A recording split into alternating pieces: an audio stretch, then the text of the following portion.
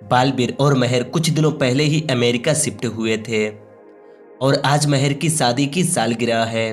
तो महर अपने सालगिरह पर अपने कुछ सहेलियों को बुलाई थी जो यहीं की रहने वाली हैं। यह सब लोग महर के साथ महर की घर सजाने में महर की मदद करती हैं। बालबीर महर के लिए गिफ्ट लाना भूल गया था, तो वह महर के लिए कोई अच्छा सा गिफ्ट लाने फौरन मार्केट चला जाता है। लेकिन आधे घंटे बाद जब बालबीर गिफ्ट लेकर घर आता है तो वह देखता है कि महर को किसी ने मार दिया है। बालबीर महर के सहेलियों से पूछता है यह कैसे हुआ। एमिली बोलती है, बालबीर मैं तो बाहर गार्डन को सजा रही थी और जब अंदर आकर देखी तो महर मरी हुई थी। एकी बोलती है, बालबीर मैं तो दूसरे कमरे को सजा रही थी और जब यहाँ पर आकर देखी तो महर मर चुकी थी। एलिना बोलती है, बालबीर मैं तो टेबल को सजा रही थी लेकिन जब महर के पास आई तो देखी कि महर मरी हुई थी। महर मरने से पहले इस शीशे पर कुछ लिखना चाहती थी।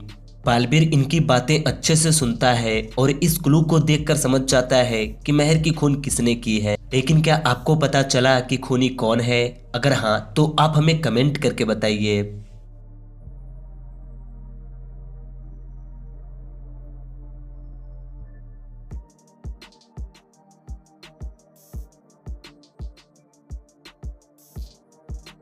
बालबीर जब महर की लिखी हुई क्लू को देखता है तो वह समझ जाता है कि महर की खून एलिना ने की है और महर यहाँ पर एलिना ही लिखना चाहती थी, लेकिन उसके पास ज़्यादा टाइम नहीं था और वह बस ए और आधा यल लिखकर मर गई।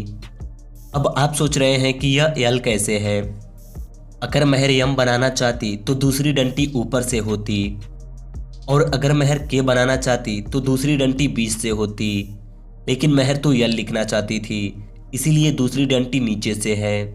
यही देखकर बालबीर एलिना को पकड़ लेता है।